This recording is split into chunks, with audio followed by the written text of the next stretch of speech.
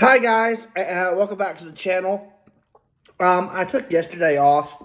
I'm still not particularly feeling good. So if y'all wouldn't mind praying for me, I do have a bit of a cold.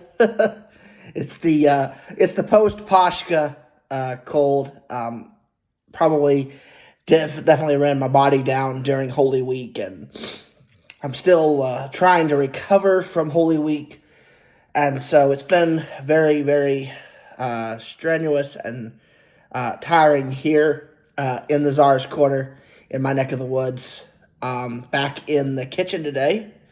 Decided to shoot this video here. This is just probably going to be me talking for a few minutes because a lot of stuff has come up in the past few, well, really since Pashka. A lot of stuff has come up in the past few days, and I've started to see some things that are really bothering me. And so instead of just letting it go by the wayside, I felt like I needed to share it with the world. So this may not be an exact episode. This is probably just going to be a Czar's Corner vlog where I'm just, whatever the title is, you'll see it. I'm just going to just kind of talk about a few things because they bothered me. And from time to time, whether, you're a saint or me, a humble sinner, things are going to bother you. You're going to get perturbed. You're human. And I'm just perturbed right now. So, bear with me. This may not be your most favorite video, but I will try to do my best. The first thing I want to talk about is what really sparked all of this. And this is really not a call out. I'm not calling this channel out, but if you do watch it, be careful with some of the things they say. I was watching a Bonfire review with Father Patrick and Father Casey, and I believe that Father Patrick, that said that your religion can't trump science.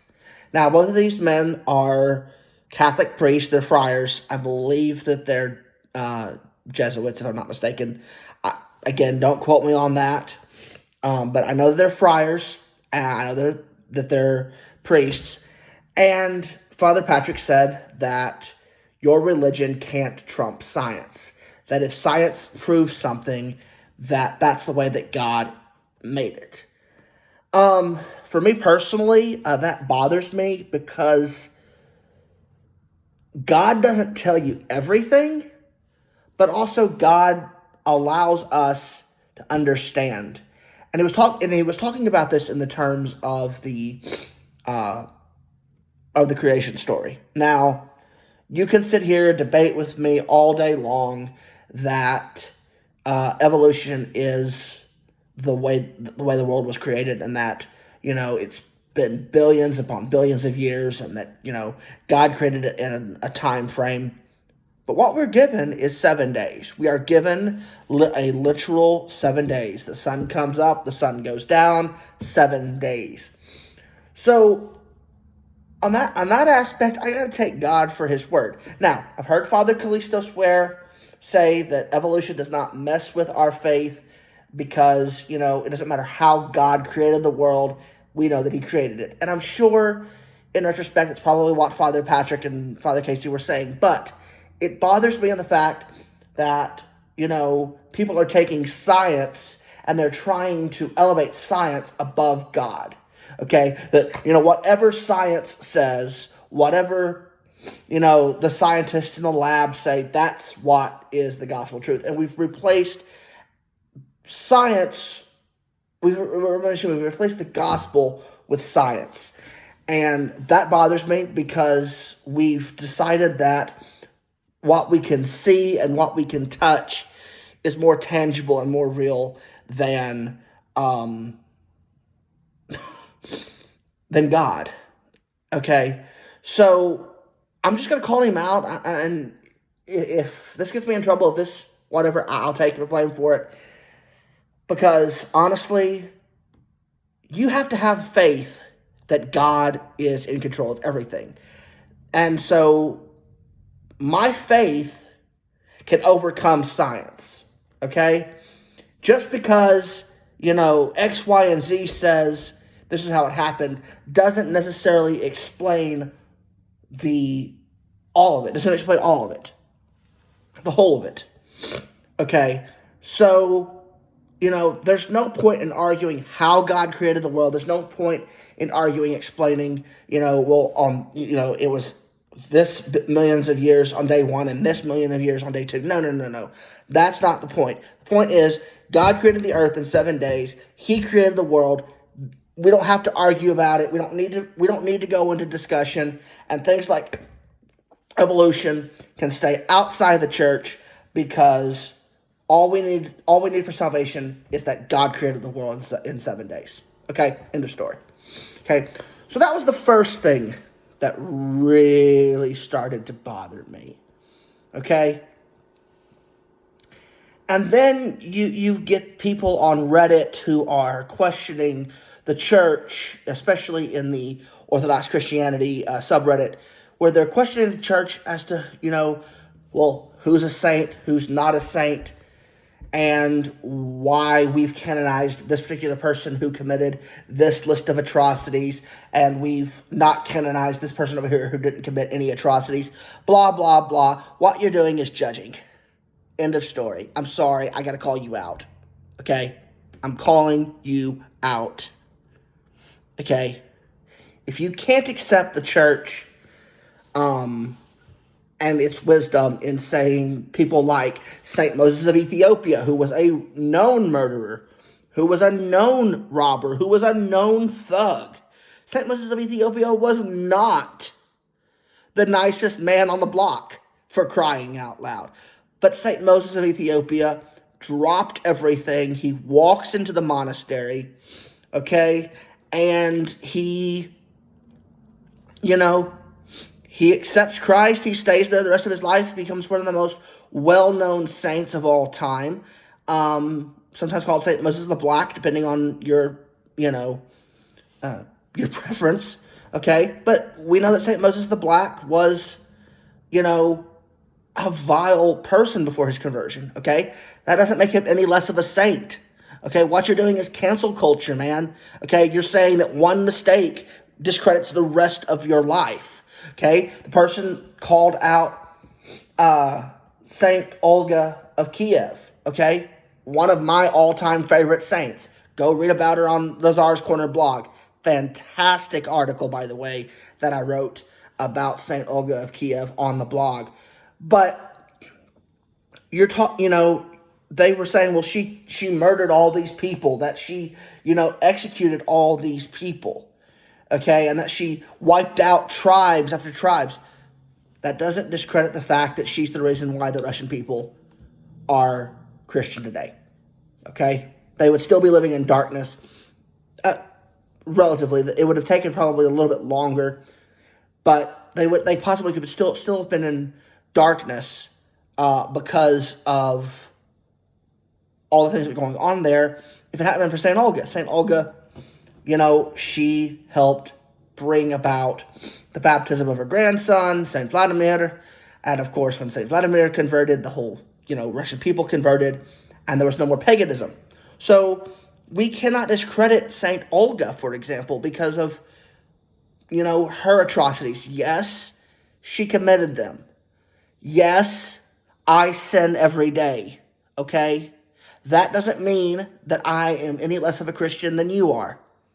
What it does mean is that we still have things that we have to work through, that we do have our faults, that God works through sinners. And that's the most important thing. God works through sinners as much as he works through those that are pure of heart all the time. And then we get to another Reddit post that's been bothering me. And I'm calling out people here. Please understand, these are things that are bothering me. These are things that I have issue with because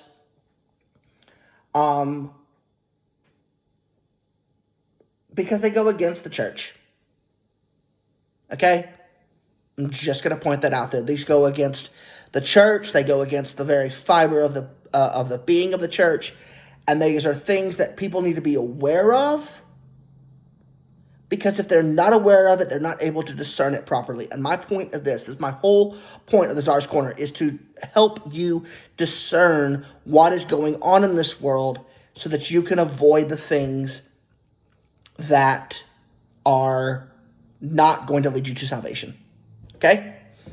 So the next part I have to talk about is a post, another Reddit post. Again, don't know who posted it. Don't care who posted it. Not even going to share any names, because it doesn't really matter. The story, though, is true. The story is valid. And it's important that we talk about it. There was a person on Reddit who said that his best friend, who was Orthodox, raised Orthodox, I'm assuming, doesn't really clarify, but I'm assuming he was raised Orthodox.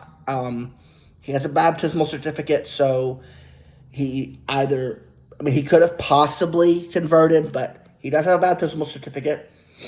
He's marrying a Jew, okay? The church is clear, guys. We are Israel, not the Jewish nation. The Jews are not Israel. The church is Israel. We heard the voice of God.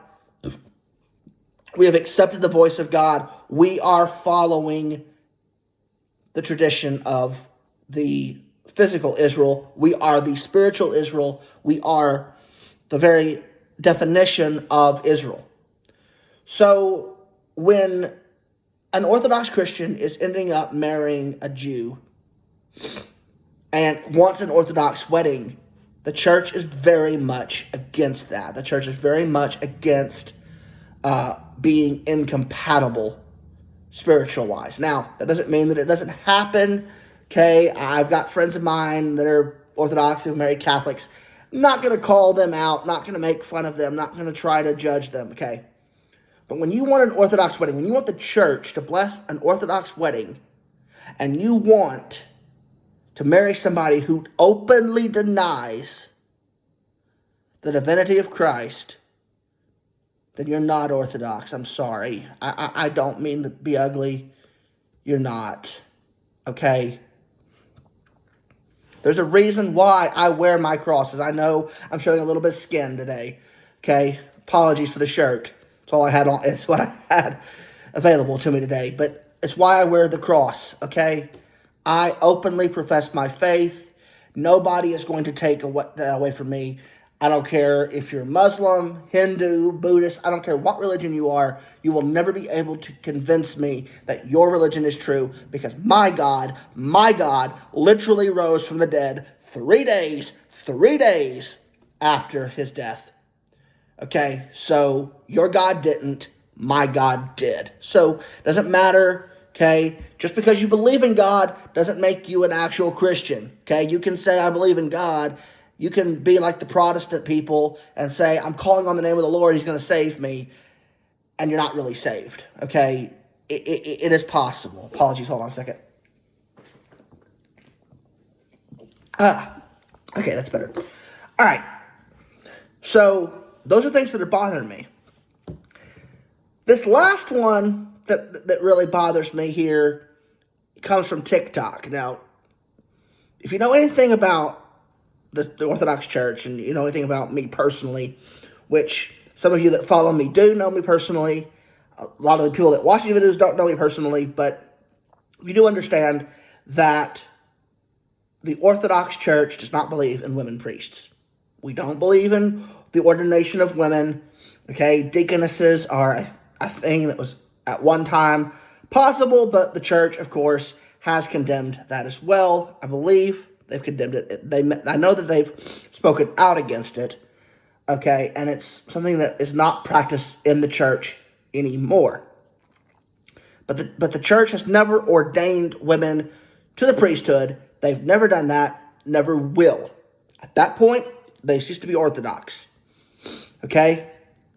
So when I see women going around portraying themselves on TikTok as priests and pastors and all that stuff. That bothers me. What bothered me about this particular woman is that her best friend is a Satanist. Now, I'm not saying, okay, well, you can't have friends that are not Christians. I'm not saying that, because I've known plenty of people in my time that are not Christians. I have had wonderful conversations. One of my closest friends is not a Christian, and we don't talk religion. We simply talk politics, and we agree on a lot of things.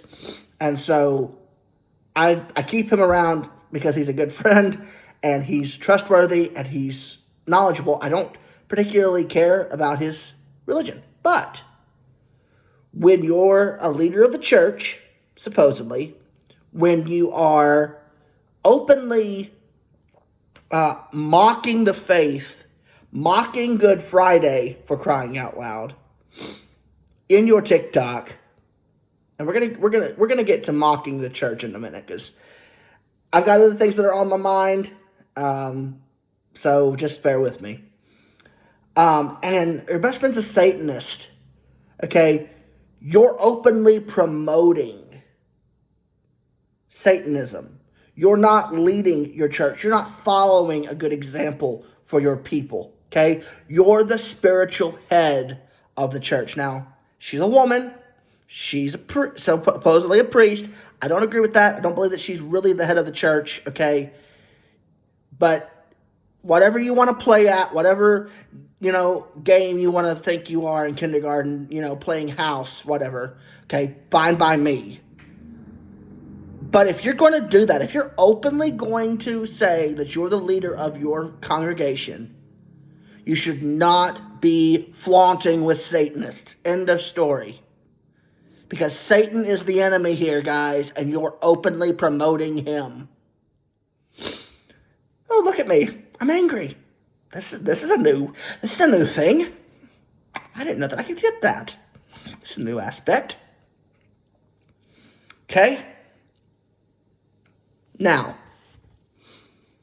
this last part is this next part, not last part, this next part, probably the last part, is going to be a little bit controversial, because I love memes. I think memes are funny.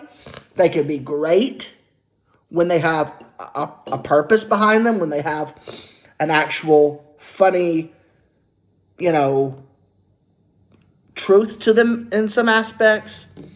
I created one other day with Chris Rock and Will Smith, where Will Smith is playing Saint Michael, and he's slapping Satan. Okay, so that's funny. But when you're out here creating memes and you're creating content that is not uplifting to the church, and you're openly mocking different aspects of Scripture or the church teaching, okay, again, I'm calling out upon Friar Review with Father Casey and Father Patrick, because I just saw this video. It's like 6 months old, so it's been a while back, but here they are. They're showing Christian memes, Christian dank memes, that are making fun of Catholicism, Orthodoxy, Protestantism, okay, where, they're talking about the church, not having any icons. Now, of course, I believe in icons. I 100% believe that it's scripturally based, everything. And so when they're mocking Orthodoxy, worshiping with the bones of saints, or when they're mocking the church with, worshiping with icons, with, not giving worship to, okay, there's a difference, worshiping with, not worshiping to. I use a pencil to write, okay, I use the pencil to write with, okay, I don't worship the pencil, okay, same kind of deal. I use the icon as an item of devotion, okay, or the bones, okay. When they're making fun of this, that is not right. We're not called to make fun of the church's teachings. We are called to teach what the church proclaims. And if you have to use funny things to do that, then you're mocking your own beliefs. And I'm sorry, that's not right. Okay, I mean, okay, I'm probably going to be called out for this one, but I don't care. I've never cared. Yes, there are things that are funny. There are things that are jokes that are great, okay? Grumpy cat, Orthodox grumpy cat, hilarious, okay? I'm not saying that. I'm saying when the intent is there to literally make fun of Christians, okay? Or to make fun of confession, to make fun of the mysteries of the church, not sacraments. We don't call them sacraments, mysteries. The mysteries of the church, when you're openly making fun of the mysteries, when you're openly making fun of us placing the relics of saints into our altars, we got a problem. Because you've lost the sense. You've lost the sense of sacredness. You've lost the sense. I'm sorry for the camera shaking, guys. I'm so mad. You've lost a sense of holding the sacred things as sacred and holy. I'm sorry. I really am. I apologize. I shouldn't be calling out people like this, but after a while, it just builds up inside of you to the point that you just can't hold it back anymore. Okay? As an Orthodox Christian, we are called to be set apart. We are called to be holy. Okay? The holy things are for the holy people of God. The priest says that at every divine liturgy. Period. Okay? We are holy. Now, people are saying, well, no, you're not. Okay? Yes. The word holy means to be set apart. Okay? If I wanted to, okay, this cup can be set apart for holy things. This can, excuse me. Okay? It's not, but it could be. Okay, that's why we have the chalice. That's why we have the discus. That's why we have the altar. It's all set apart for a specific purpose. Our specific purpose that we have been called to is to openly proclaim the gospel of Jesus Christ. And when you've got to use jokes and funniness and mockery to get your point across, you've lost the point. My suggestion is don't watch Upon Friar Review. My suggestion is don't listen to people on Reddit. Don't listen to that stuff because people like that do not have any reverence for Jesus Christ. End of story. So, anyways, enough of me ranting. You've heard me.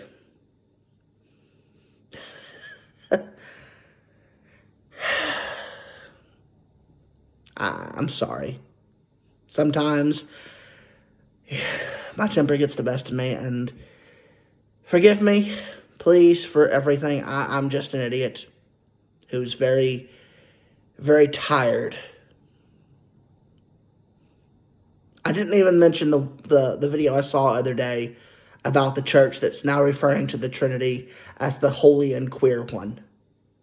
The holy and queer one. I didn't even mention that. Because that's gonna make me even more angry than I am already, and I'm just not gonna go there. But we have to watch out for people. We have to watch out for them.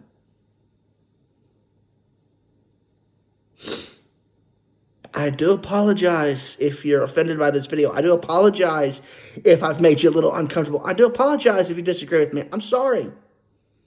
I can have my opinions. So can you.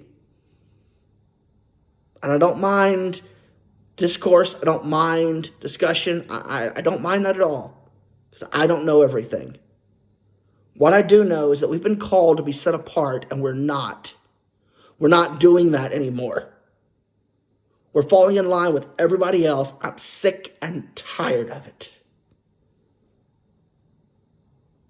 So please, for the love of God, do not continue in this vein. I love you. I ask you to pray for me. Like, share, subscribe, comment, ring that bell notification. Forgive me and pray for me. I pray for you always, and I love you all. That's why I do this. May God bless you and keep you. Amen.